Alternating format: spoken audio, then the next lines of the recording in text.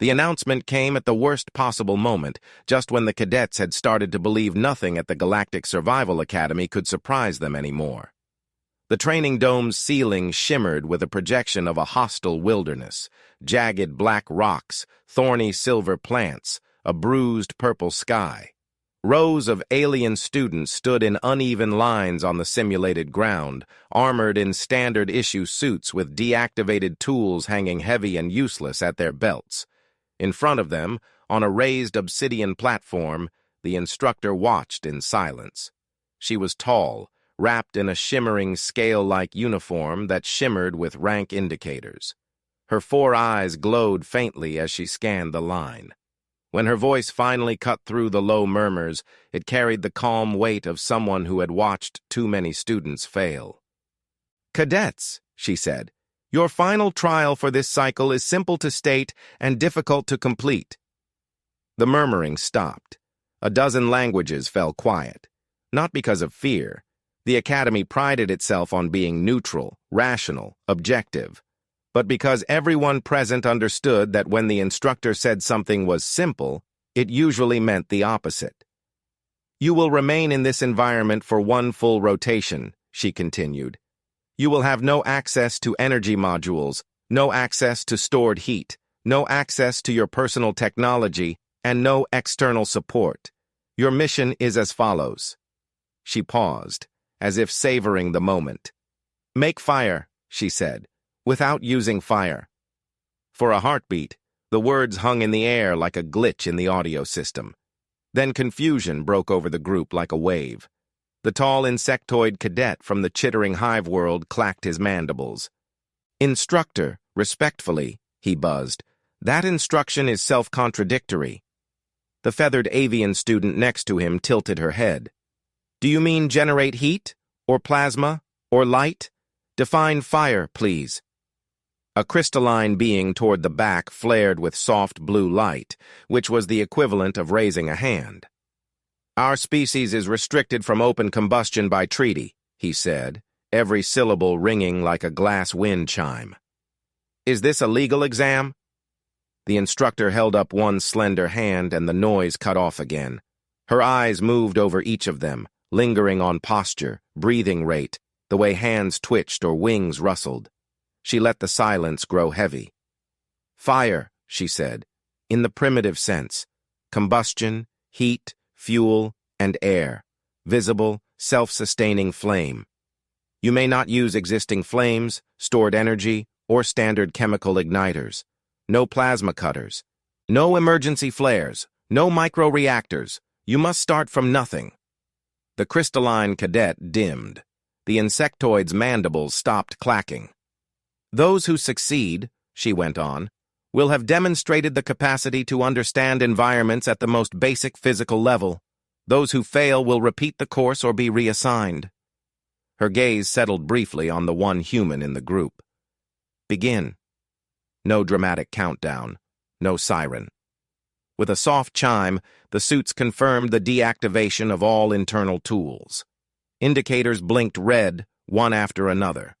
The human felt the low vibration in his chest as his thermal regulator went into passive mode. The artificial wind in the dome picked up, tugging at hair and loose fabric, carrying the dusty scent of simulated mineral particles. He exhaled slowly. "Make fire without fire," he muttered, almost under his breath. "Cute." Around him, the cadets exploded into frantic motion. The hive-world insectoid sprinted toward a cluster of metallic stones, sharp legs digging into the dirt. The avian darted upward with a powerful beat of wings, only to slam into the invisible barrier that marked the ceiling, feathers fluttering as she dropped and caught herself awkwardly. Sparks of angry color rippled along her plumage. "This is a thought exercise," one of the reptilian twins hissed to the other. "It must be about rules, not physics. A trick." "If it is about rules, then the rule is that we cannot succeed," the twin replied. "That would be a cruel lesson." The human did not run. He watched. It was a habit that had earned him both top marks and a reputation for unnerving patience. The Academy cataloged thousands of species, each with its own relationship to heat, light, and danger. Some saw fire as blasphemy, some as a lost technology, some as a weapon of mass extinction. For him, it was a memory of campfires and smoke in his hair, of stories told in circles of light. He looked up toward the false sky, where the simulation rendered a dim sun behind roiling clouds. No focused magnifying glass trick then. The light was too scattered. He glanced down at the ground, crouched, and picked up a handful of dust and pebbles. Cold, dry, good. "Hey, human," someone called. The avian had recovered from her collision with the barrier and now angled her head toward him. Her feathers had calmed to a deep, thoughtful blue. "Your world used open fire, did it not? I read that in a cultural brief." "Still does," he said. "We just pretend we are too advanced for it now." "Then you know how to do this." It was not a question. Half hopeful, half accusing. Several pairs of eyes shifted toward him, of different shapes and colors, all radiating the same expectation. He shrugged one shoulder. "Knowing how is different from being allowed to. Same rules for me as for everyone. Instructor will not stop you if you use forbidden ancestral techniques," the crystalline cadet said, voice chiming from behind him. "She will only observe." He smiled slightly, not at the words, but at the echo of desperation under the formal tone. He could feel the pressure building in the group already. For many of them, fire was a word used in history lessons and horror stories, not something any sane person tried to create. He opened his hand and let the dust fall, then knelt and began to sift through the rocky ground more carefully. There were stones that flashed dull gray, some with a faint glassy sheen, others with a darker, more promising density. He pressed one between his fingers, felt the grain, the cool weight. Behind him, the insectoid cadet slammed two metallic stones together, producing a harsh clank and nothing else. The cadet cursed in his native clicks. The reptilian twins argued about coaxing a microplasma reaction from the suit's damaged diagnostic screen, despite the instructor's warning. The avian was still trying to angle her body to bounce light more efficiently from the artificial sun, as if wishful thinking could compress photons. He ignored all of them for a moment. Instead, he remembered. A worn hand guiding his, a voice explaining patience, pressure, oxygen. The way his palms had burned the first time he tried to spin a stick between them, stubborn and fascinated and unwilling to give up just because it hurt. He remembered the first time the ember appeared, a tiny coal glowing like a secret. He found what he wanted at the base of a jagged outcropping, a stone with a subtle, sharp-edged glitter. When he dragged his thumb along the surface, it left the faintest scratch on his nail. He turned it in his hand, feeling a little jolt of recognition. "Question," he called out, raising his voice. "The exam environment. Is it entirely artificial?" The instructor's voice floated down from the platform. "Simulated gravity, generated sky, real matter, real chemistry." "That is all I needed to know," he said, more to himself than to her. He kept the sharp stone and began searching for another piece of a different sort, something metallic. It took longer. He scraped through the upper layer of dust, moved small rocks, ran fingers along the underside of broken slabs. The others watched him intermittently while pretending not to. Some tried to copy his behavior without understanding the purpose, grabbing random stones and knocking them together as if sheer persistence could brute force the answer. Eventually, he uncovered a narrow, elongated shard, half buried in the dirt, dull and brown. When he rubbed it clean on his sleeve, it showed a dim metallic shine. He tested the weight in his hand, then brought the shard and the sharp stone together in a cautious tap. A tiny spark leaped and vanished. Several cadets gasped. One of the reptilian twins flinched back as if a weapon had fired. The avian's feathers flared white in shock. The instructor did not move. Her 4 eyes glowed a fraction brighter. The human let the stones fall back to his sides and looked around.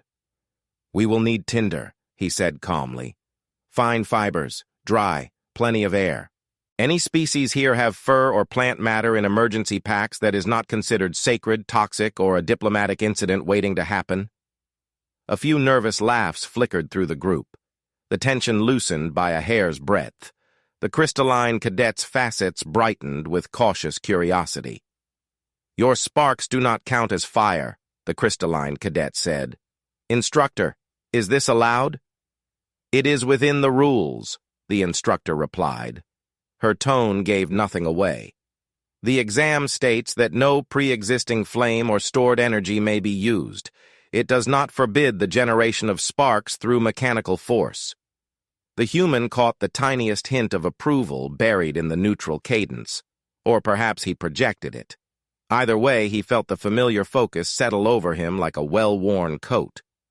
The environment was not hostile in the way real death worlds were, but the stakes were real enough.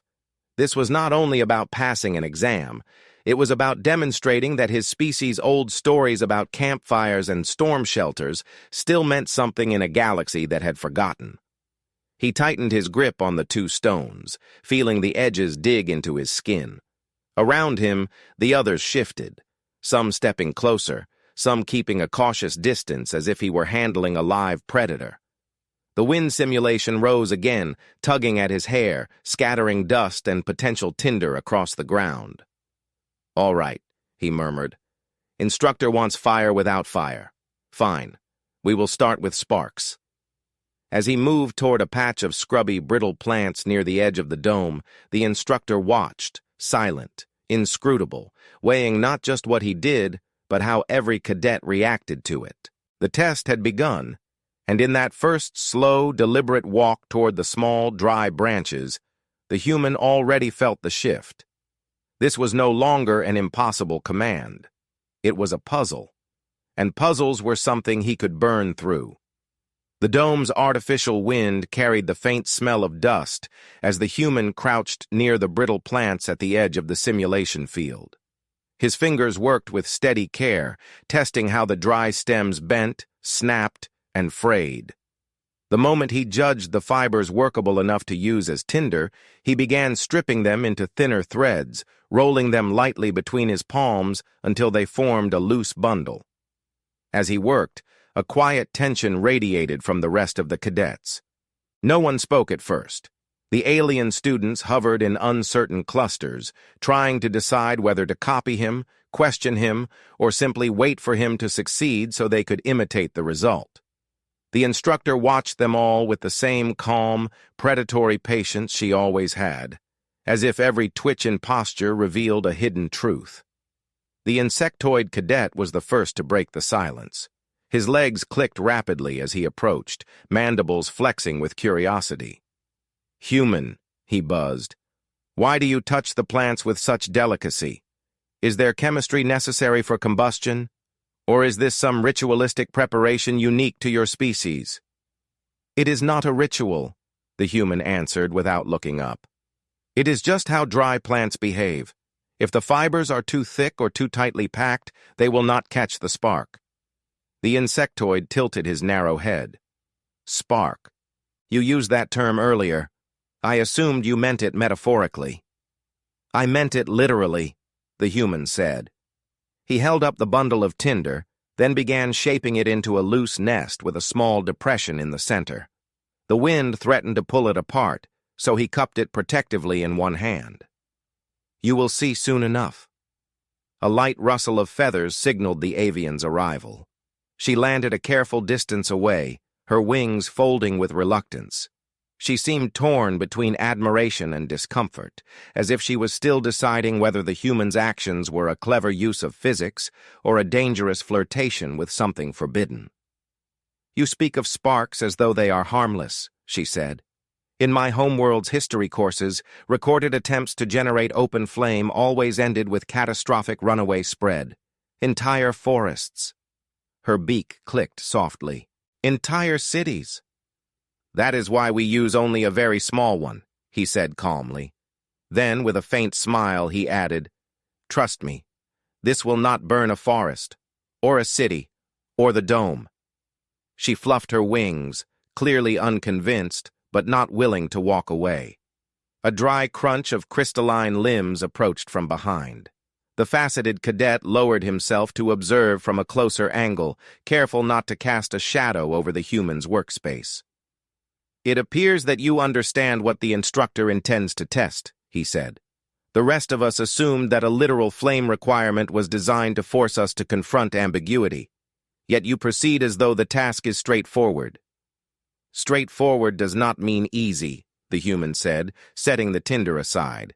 He examined the sharp stone in his left hand, feeling the edge again to ensure it would produce a reliable strike. Then he lifted the metallic shard in his right hand, positioning it at the angle he remembered from countless demonstrations long before he had ever stepped into a starship or a galactic academy. "But it is doable." The crystalline cadet tilted his gleaming head. "Your confidence is unsettling." "That is what confidence looks like," the avian muttered. "You should try it sometime." The crystalline cadet's surface flickered with offended brightness, but before a dispute could form, the human struck the two stones together. The impact made a sharp, ringing note. A tiny arc of orange flashed in the space between them. Several cadets jerked backward out of reflex. The avian's feathers turned a blinding white. The insectoid made a startled chirp like a broken mechanism. The instructor did not react, though her posture shifted by a fraction, leaning forward in interest. "That," the human said, rotating the metallic shard and striking again, "is a spark. It is just a tiny burst of heat and light. Not dangerous unless you give it something to spread into, but exactly what we need to start a fire." The avian stared as if witnessing forbidden magic. "Is this truly how your species ignited flames before modern tools?" "Sometimes," he said. "There are other methods. This one works with the materials we have." The insectoid leaned closer, fascinated. "How do the stones generate this phenomenon?" "Force, friction, and tiny fragments of metal," the human explained. "When the shard hits the sharp stone, small shavings break off. The impact heats them instantly, and the oxygen in the air reacts with the metal dust. That makes the spark." The insectoid clicked approvingly. "Elegant, inefficient, but elegant." "Inefficient can still work," the human replied. He placed the tinder nest in the dirt, anchoring it with small stones so the wind would not scatter it. Then he knelt over it, positioning the stones above the dry fibers.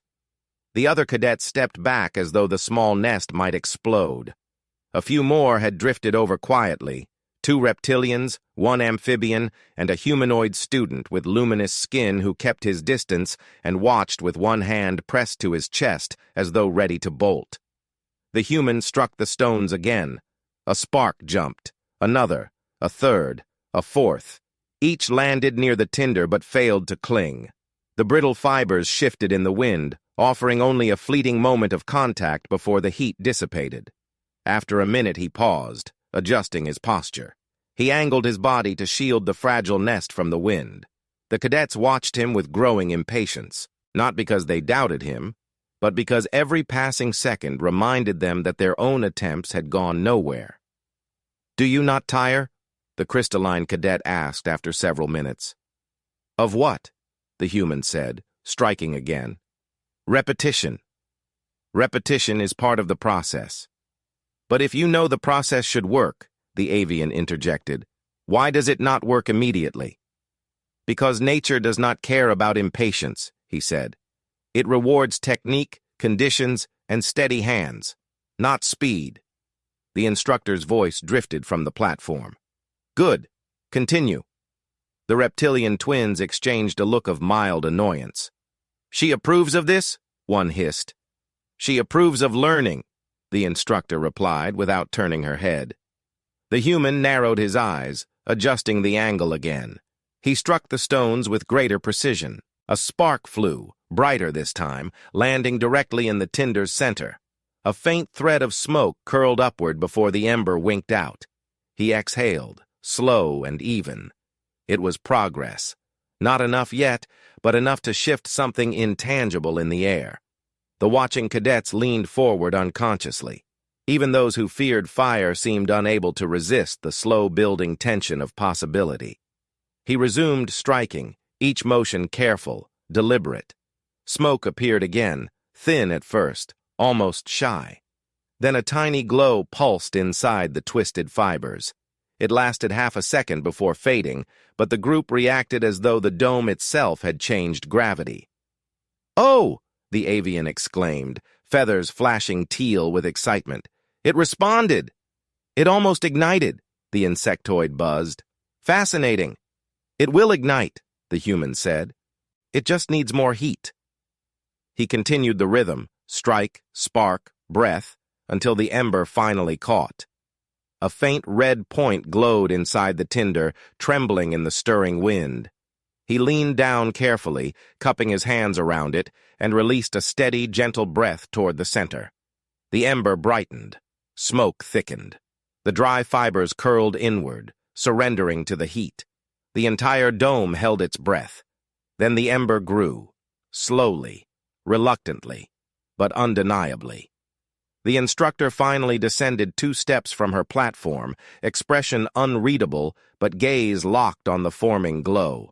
The cadet's eyes widened, reflecting the pulsing ember like a rising star. For many of them, this was their first living flame. Fragile, dangerous, beautiful. And it was happening here, in a controlled dome, coaxed into life by one human using nothing but sparks, breath, and stubborn determination. But the ember was still delicate, still unsteady. He knew that if he rushed, blew too hard, or allowed the wind to interrupt, the tiny flame would die before it ever had a chance to live. So he steadied his breathing, adjusted the nest slightly, and prepared to coax it further. Around him, the cadets gathered in a loose semicircle, unified in hesitant awe. None dared to come closer. None dared to interrupt. Every species represented in the academy stood suspended between fear and fascination, held in place by the quiet promise that they were witnessing something that few of them had ever seen outside of archived holovids. And the human, focused entirely on the trembling ember, sensed that this moment was more than an exam. It was the first real spark, literal and metaphorical, of understanding between species that had long believed fire was either taboo or impossible. He breathed onto the ember again, softer this time. It brightened, it held, it survived. The ember trembled like a living heartbeat, fragile and stubborn beneath the human's cupped hands. Smoke drifted upward in a thin ribbon, twisting through the artificial wind. The dome's air system hummed with a soft undertone, indifferent to the fragile miracle forming at ground level. He leaned closer, controlling every breath, listening to the faint crackle that signaled the tinder fibers were nearing the point where heat would shift into flame.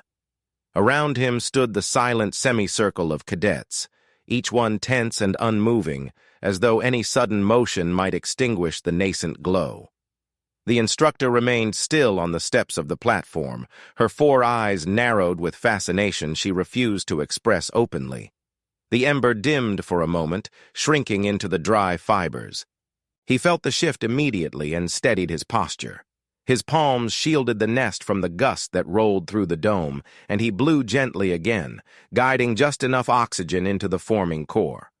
The glow responded, brightening, then pulsing. The human felt a familiar thrill run through him, the quiet satisfaction of coaxing something so simple, yet so profound into existence. But he could not celebrate yet. The ember was a child learning how to breathe. A single careless breath or a stray swirl of wind could still smother it. He reached for a larger piece of dry fiber, twisting it between his fingers to roughen the surface. It needed to catch heat quickly without overwhelming the small flame-to-be. As he positioned the additional fiber near the ember's edge, the avian shifted her stance, feathers rippling in hues of anxious gold. Even from a distance, she was visibly wrestling with 2 instincts: the academic hunger to witness something extraordinary and the deep cultural aversion her species held toward open combustion. She drew in a breath through her beak as the ember pulsed again. "Careful," she whispered, though he hardly needed the reminder. He nodded without glancing up. Every muscle in his hands worked with deliberate precision, controlling the space around the ember. He blew once more. Long, gentle, controlled. The ember brightened again, glowing almost orange this time. The surrounding fibers darkened, curling inward like petals embracing warmth. Still no flame, but the momentum was there. One more breath. One more careful shift. The crystalline cadet stepped closer, his faceted limbs scattering reflections across the dirt. Even he seemed unable to maintain his usual stoic composure. "The temperature is increasing steadily," he observed, his voice chiming with faint excitement. "If the chemical reaction maintains stability, combustion should occur." "It will," the human said quietly. "Just let it grow." He struck another spark to feed the ember, this time keeping the stones close enough that the heated metal dust landed directly on the glowing spot. The ember flared brighter, briefly, fiercely. Thin smoke rose thicker now, curling upward in a steady column. The insectoid cadet leaned forward, mandibles clicking with fascination, his compound eyes reflecting the tiny red glow like a fractured sunrise. Without warning, the wind simulation shifted direction, sweeping through the dome in a sharper burst. It tugged at the tinder nest, threatening to drown the delicate spark. The human reacted instantly, dropping into a deeper crouch and forming a shield with his forearm. The ember flickered, shrinking into the nest, but did not die. He inhaled through his nose, calming his heartbeat, and then breathed out again, shaping the airflow with practiced ease. The avian let out a soft gasp. "How did you react that quickly?" "I watched the wind pattern change," he said softly. "It is subtle, but you can feel it in your skin, and I have lost more campfire embers to wind than I can count." Another controlled breath brought the ember back to life, glowing hotter than before. The surrounding fibers began to blacken, forming the crucial layer of charcoal-like material that encouraged flame to take root. The human knew the moment was close, close enough that the air felt warmer against his face. He shifted his weight, bringing his mouth closer to the nest, and exhaled again. Slow, steady, purposeful. A small lick of flame rose, thin, flickering, trembling like a fragile ribbon of gold. It stretched upward for half a second before collapsing back into the smoking tinder. One of the reptilian twins hissed sharply in surprise, tail coiling. "It formed! I saw it!" "You all saw it," the instructor said, her voice low but resonating with undeniable interest. The human did not look up. The brief flame meant the reaction had begun, but it was not yet stable. He adjusted the arrangement of the tinder, gently turning a thicker fiber so it leaned into the ember without crushing it. His fingers were precise, almost surgical. Another breath. Another pulse of heat. The second flame rose higher than the first. It flickered orange-red, curling along the shredded fibers like a delicate flower opening for the first time. Smoke thickened, carrying the earthy scent of scorched plant matter. The cadets tensed collectively, as if unsure whether they should step forward to see more or step back in fear. The flame faltered, then caught. The human's breath escaped in a quiet sigh. The flame grew, not wildly but confidently, climbing along the tinder nest with determined hunger. Thin tongues of fire reached outward, igniting the surrounding dry material. The crackling sound that followed was faint, but unmistakable, echoing softly beneath the dome's wind and hum. A chorus of reactions rippled around him. The avian's feathers flashed pink with awe. The insectoid emitted a rapid clatter of impressed admiration. The crystalline cadet's body glowed with warm amber reflections, his facets capturing the fire's light like a dozen tiny mirrors. Even the reptilian twins stepped closer, drawn in despite themselves. The human sat back slightly, giving the small flame room to breathe. He reached for a larger stick, a slender, brittle branch he had gathered earlier, and placed it gently on top of the burning nest. The flames reached upward immediately, embracing the new fuel. In moments, the fire grew from a trembling spark into a true, steady flame, crackling in rhythmic whispers. He felt the warmth on his cheeks, the same warmth he had known countless times before on Earth. But here, in a dome full of species who regarded fire as either myth or menace, the moment felt monumental. The avian finally approached, though cautiously. Her feathers had settled into a deep green, a color of reverence in her culture. "It is beautiful," she said, her voice hushed. Then she glanced away quickly, embarrassed by her own reaction. "I did not expect to feel that word." "It often starts that way," he replied. "Fear first, then understanding, then something else." The crystalline cadet tilted his head. "Respect," he said. "That is the appropriate term." The instructor stepped forward at last. Her expression was calm, but her movements carried a deliberate solemnity. She approached the small fire as though it were a rare specimen she had studied only in theory. The glow of the flames reflected in each of her 4 eyes.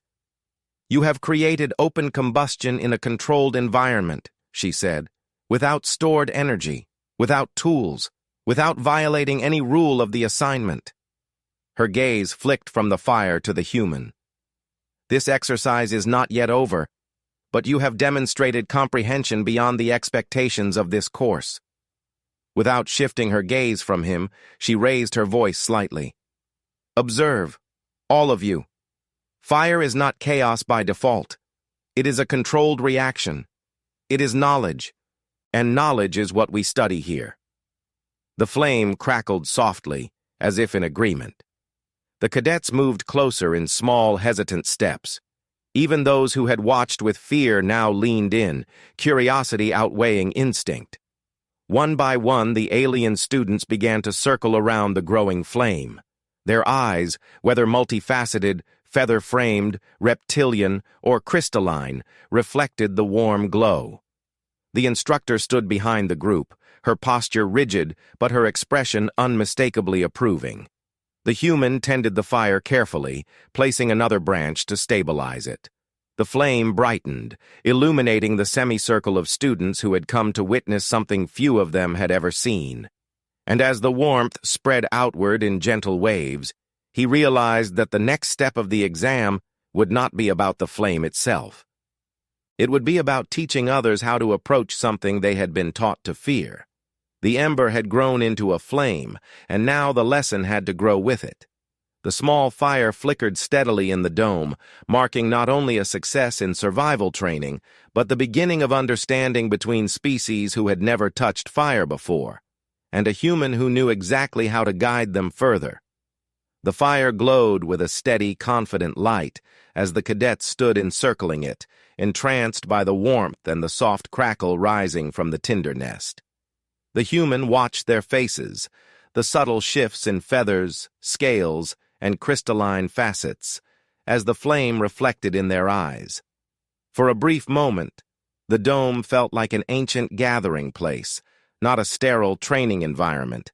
But he knew the real test had only just begun. The instructor would not accept a simple display of ignition as the completion of the trial. She wanted proof that he understood the deeper principles behind sustaining fire without tools, and even more than that, she wanted the other cadets to confront and overcome their instinctive fears. He rose from his crouch, stretching his back. The fire had consumed the smallest fibers and now needed thicker branches to grow properly.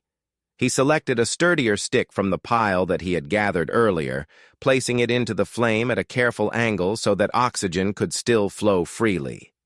The fire licked the wood tentatively at first, then with growing enthusiasm as it began to darken and smolder. The air warmed around him, carrying the faint scent of heated bark and seared plant matter. The crystalline cadet leaned forward slightly, the firelight splintering across his polished surface like fractured sunlight. "How do you determine which pieces of fuel to add?" he asked, his voice chiming like shifting glass. "Is there a calculation? A specific ratio of mass to oxygen flow?" "It is mostly practice," the human replied. "You watch the flame. It tells you what it needs. Too much wood and it suffocates. Too little and it dies from hunger."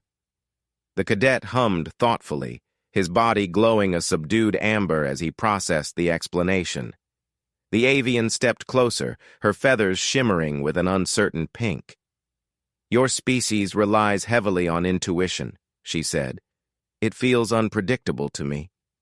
She hesitated, her wings folding tighter against her sides. "I would like to try, but I do not want to harm the flame." "You will not," he said gently. "Pick a small stick. Not too thick. Let me see it." She selected a piece with hesitant precision, offering it to him like an offering to a sacred deity.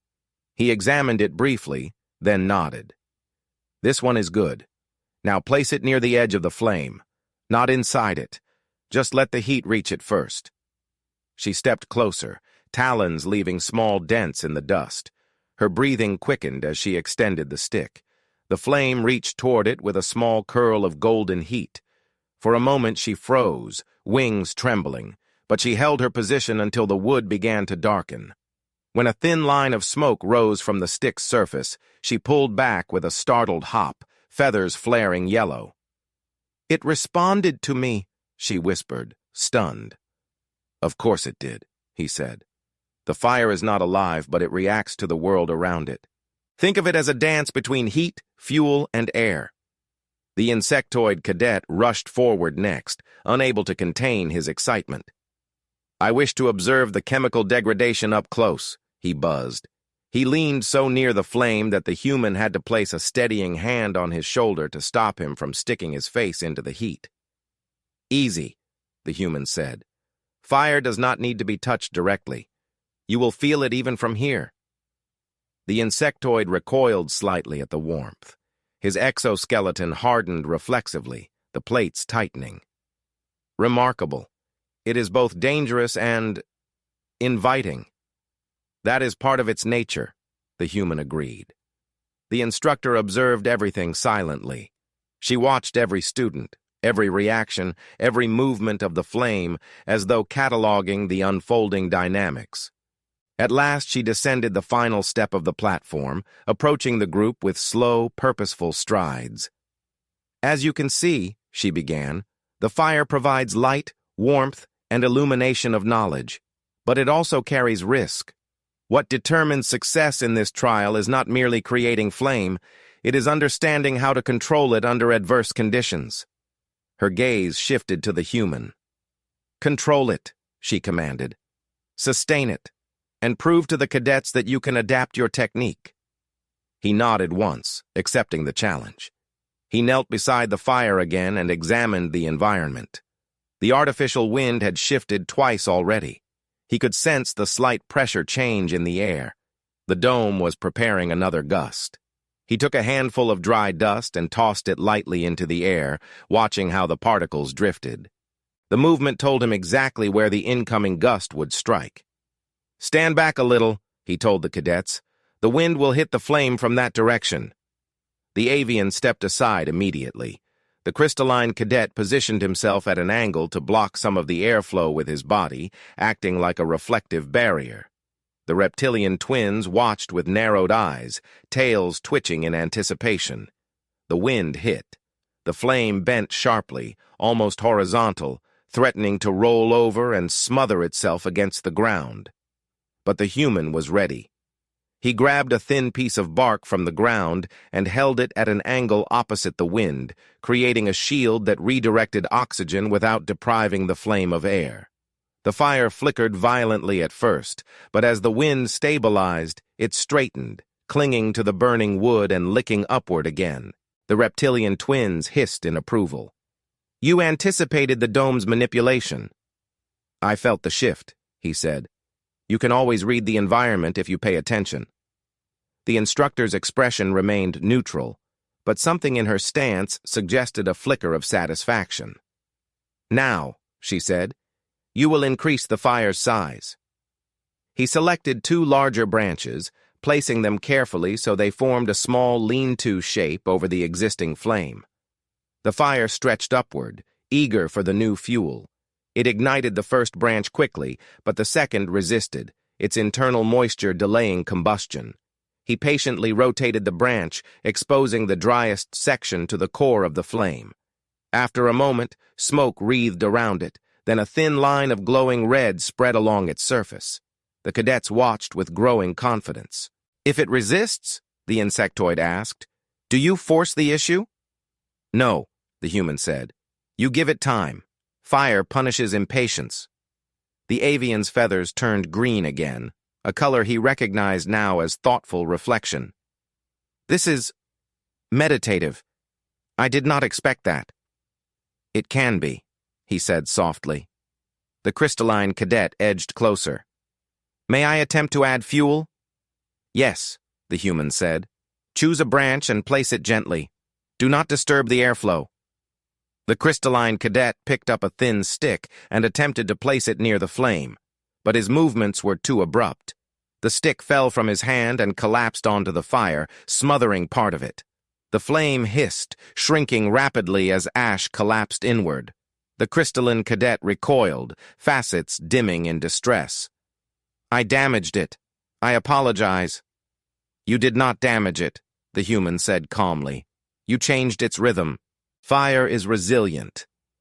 He reached forward and lifted the misplaced stick slightly, restoring the airflow beneath it. Then he blew gently into the smoldering areas. The ember reawakened almost instantly, glowing bright enough to catch the stick's underside. In seconds, the small flame returned, steady and confident once more. The crystalline cadet brightened with relief. "Your technique is efficient." "It is just patient," he said. As the flame grew larger, the instructor finally stepped closer. She extended one of her 4 hands toward the fire, letting the warmth wash over her fingers. Her expression remained calm, but her voice carried a weight that made every cadet fall silent. "You have demonstrated ignition," she said to the human. "You have demonstrated stabilization. Now demonstrate command. Show the cadets how to manipulate fire's behavior." The human nodded, understanding the request. He stood slowly and stepped around the fire, noting the direction of the wind and the density of the fuel. He rearranged the branches slightly, adjusting angles to change how the flame rose. When he shifted one branch by only a few centimeters, the flame leaned, rising taller and narrower. When he moved another, the flame broadened, crawling sideways in a controlled spread. Gasps rippled through the group. "You can shape it," the avian breathed. "To a degree," he said. "Not like clay or metal, but you can guide its direction." The instructor's eyes gleamed. "Exactly." The human crouched again and pressed his palm lightly against the ground near the fire, feeling the heat radiate through the soil. He monitored the temperature without flinching. Then he took a handful of dust and sprinkled it gently around the flame. The dust fell in a faint gray shower, cooling the outer edges and sharpening the flame's core into a bright, narrow spear. The insectoid clacked with excitement. "You are sculpting it!" "Just guiding airflow," he corrected. "Fire responds to movement as much as fuel." The instructor nodded once, the faintest hint of approval touching her stern features. "Cadets," she said, "this is why the trial exists. Fire is not chaos. Fire is adaptation." The flame crackled in agreement, casting warm light across the dome. And as the cadets leaned in closer, their expressions colored by awe rather than fear, the human understood that the true challenge was shifting. The instructor did not want him merely to control the fire. She wanted him to teach them how to understand it. The realization settled over him slowly, like warmth seeping through cold fingers. The instructor did not move, but her focus had shifted. He felt it as clearly as he felt the heat on his skin. This was no longer just an exam about whether a human could coax flame from stone and tinder. This had become a lesson in how an entire group of future officers and explorers would think about a fundamental force for the rest of their lives.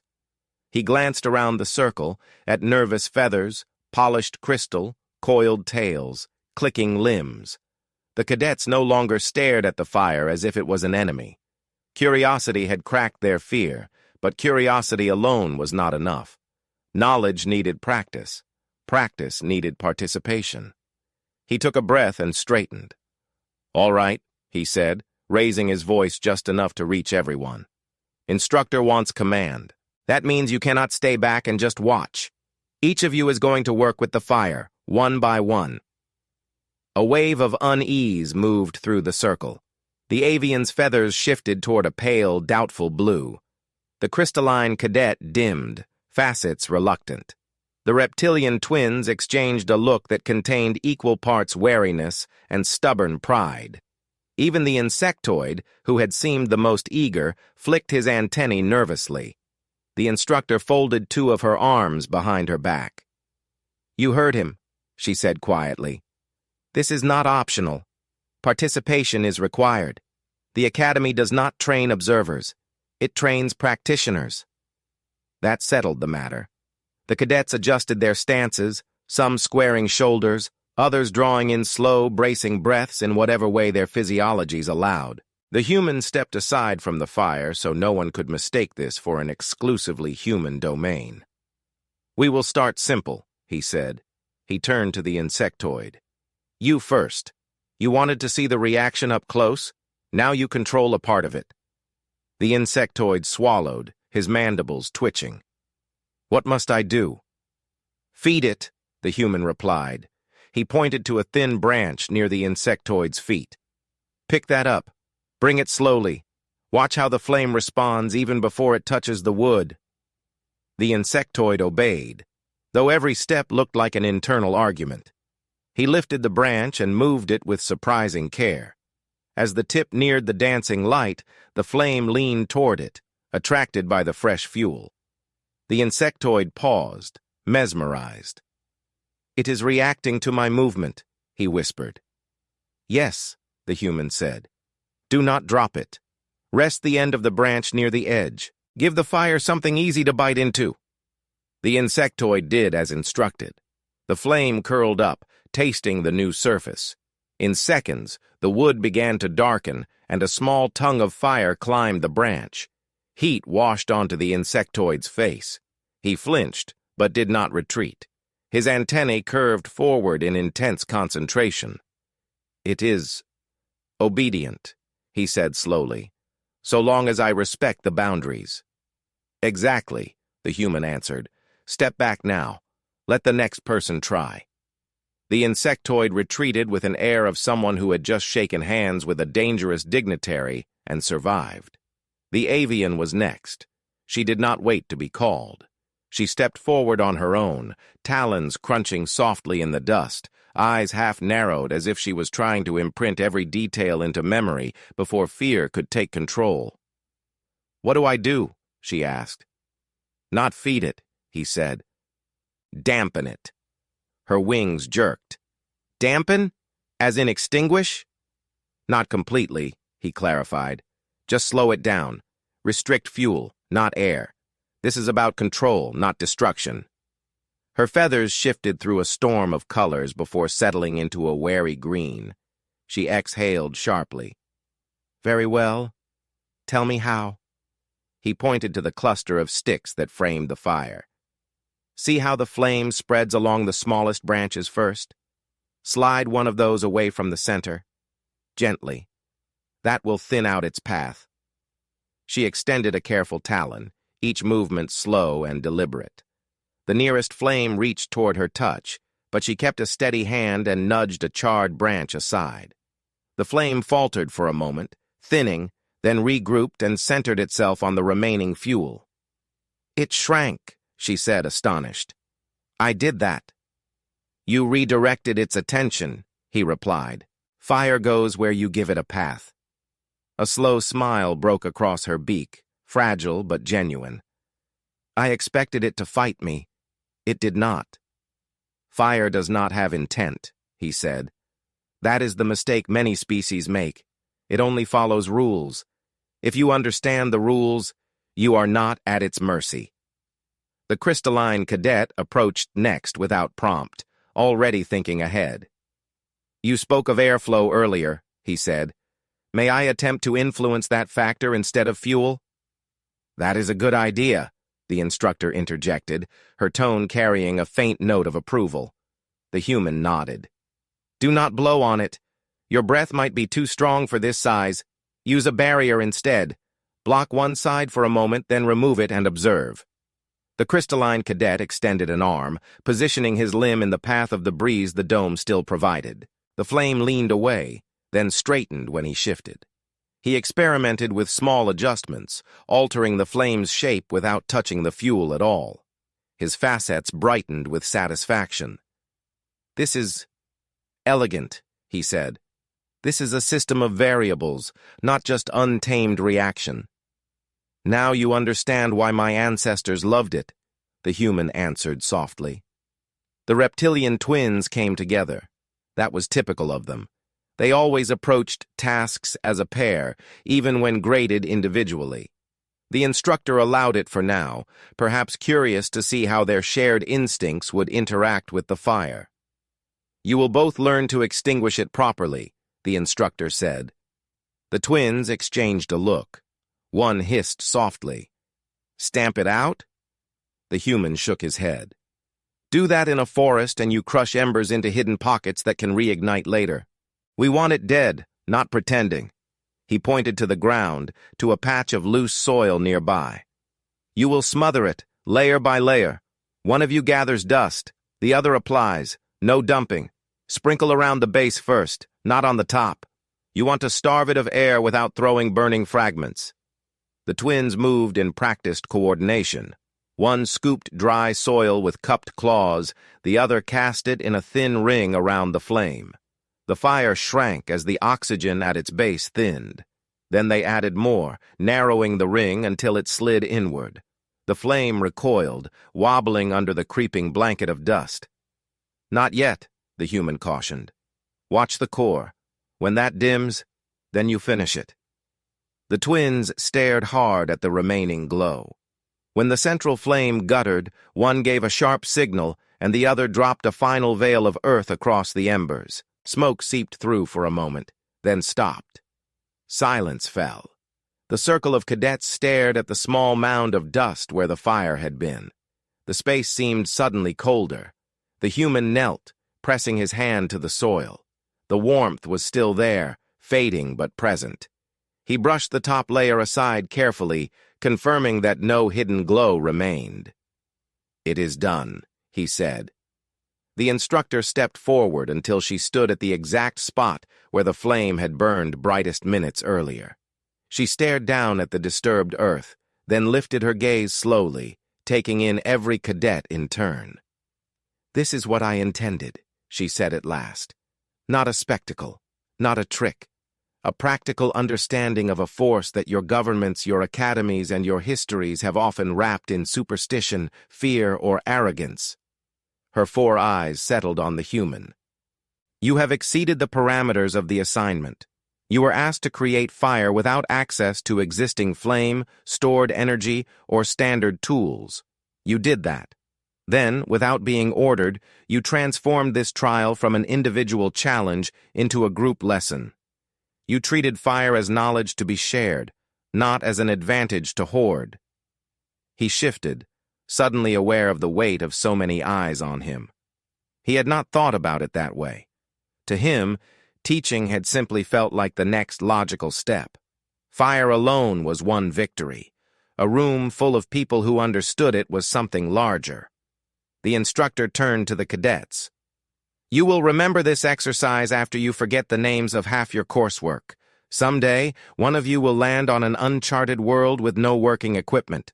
One of you will face a cold night when power cells fail. One of you will encounter a culture that still uses open flame and misjudge it because you lack context."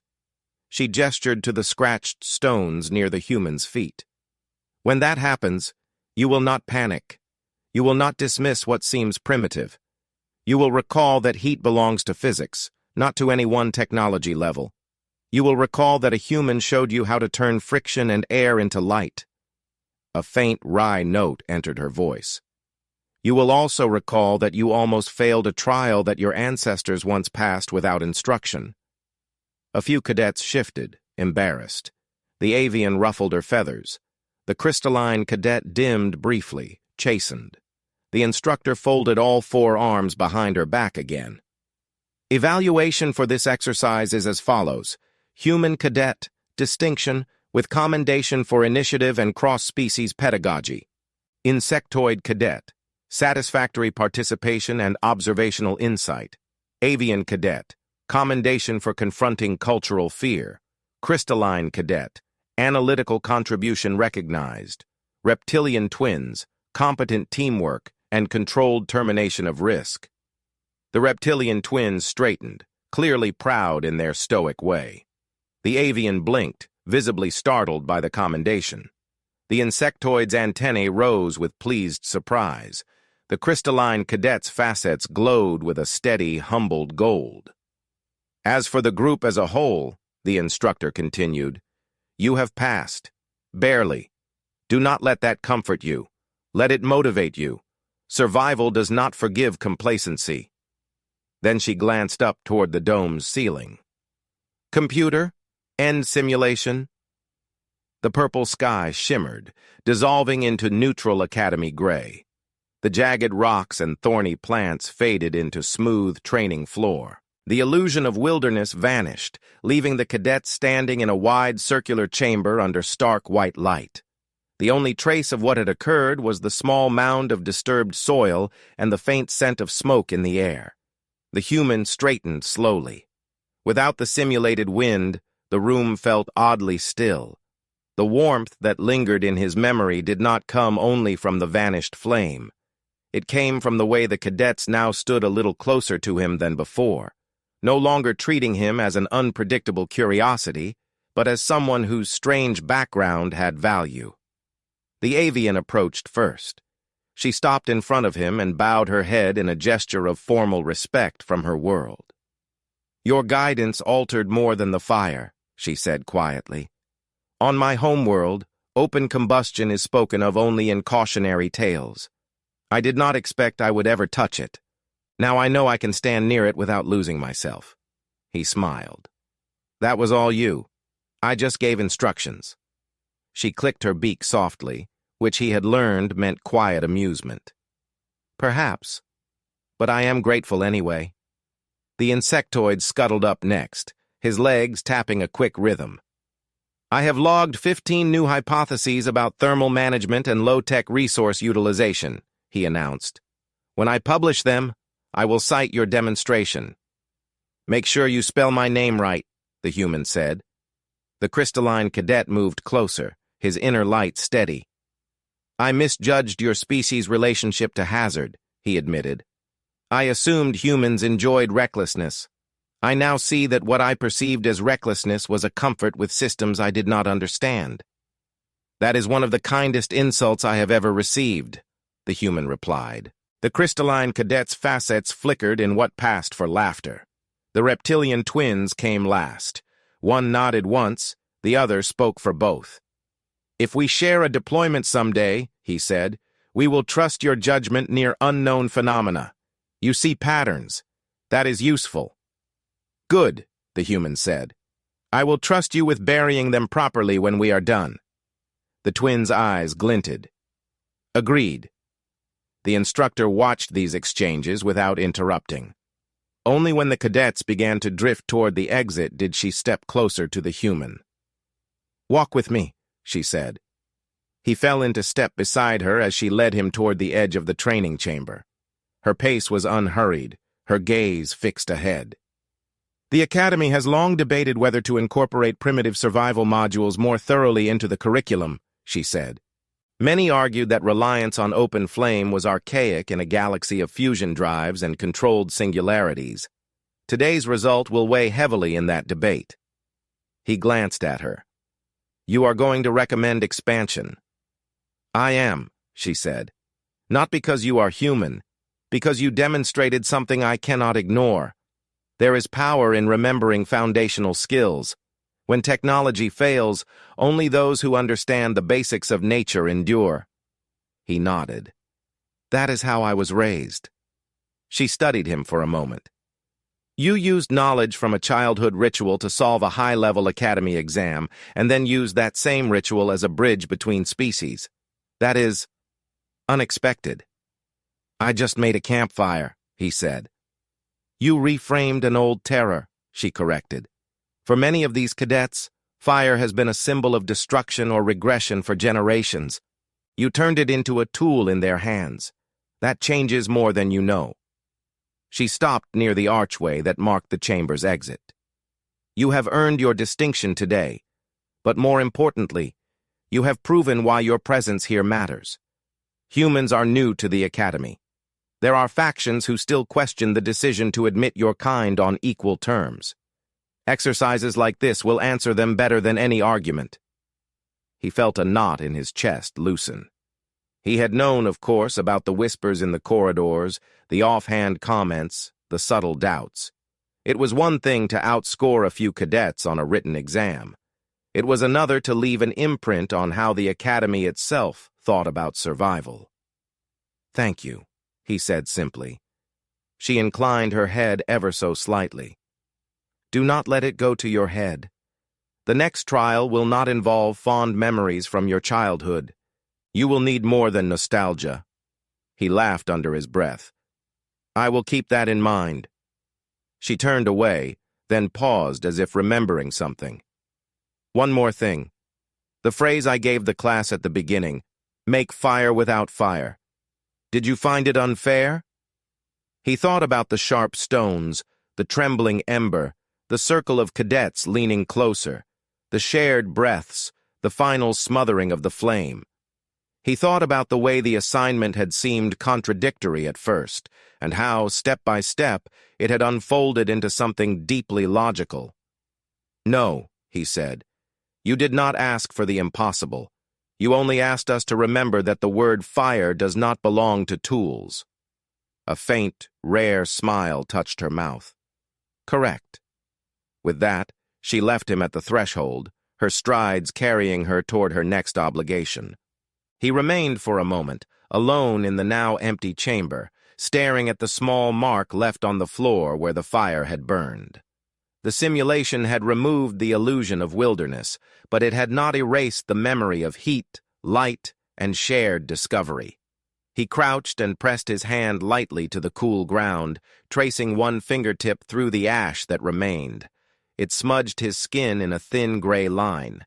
He rubbed it between his thumb and forefinger, then wiped it clean on his uniform. When he finally stepped through the archway to rejoin the flow of cadets in the corridor outside, he carried no ember, no glowing coal, no visible flame. The exam was over. The fire was gone. But the understanding of it, of how to make it, shape it, teach it, and end it, now lived in more minds than just his own. That, he knew, was the real victory. Not a spark in one pair of hands, but a light passed on. Far above, unseen beyond layers of metal and vacuum, a distant star burned with impossible power. Down here, in a quiet academy chamber, a single controlled fire had been born and extinguished under watchful eyes. One taught the galaxy how to exist. The other had just helped teach a handful of future explorers how to survive.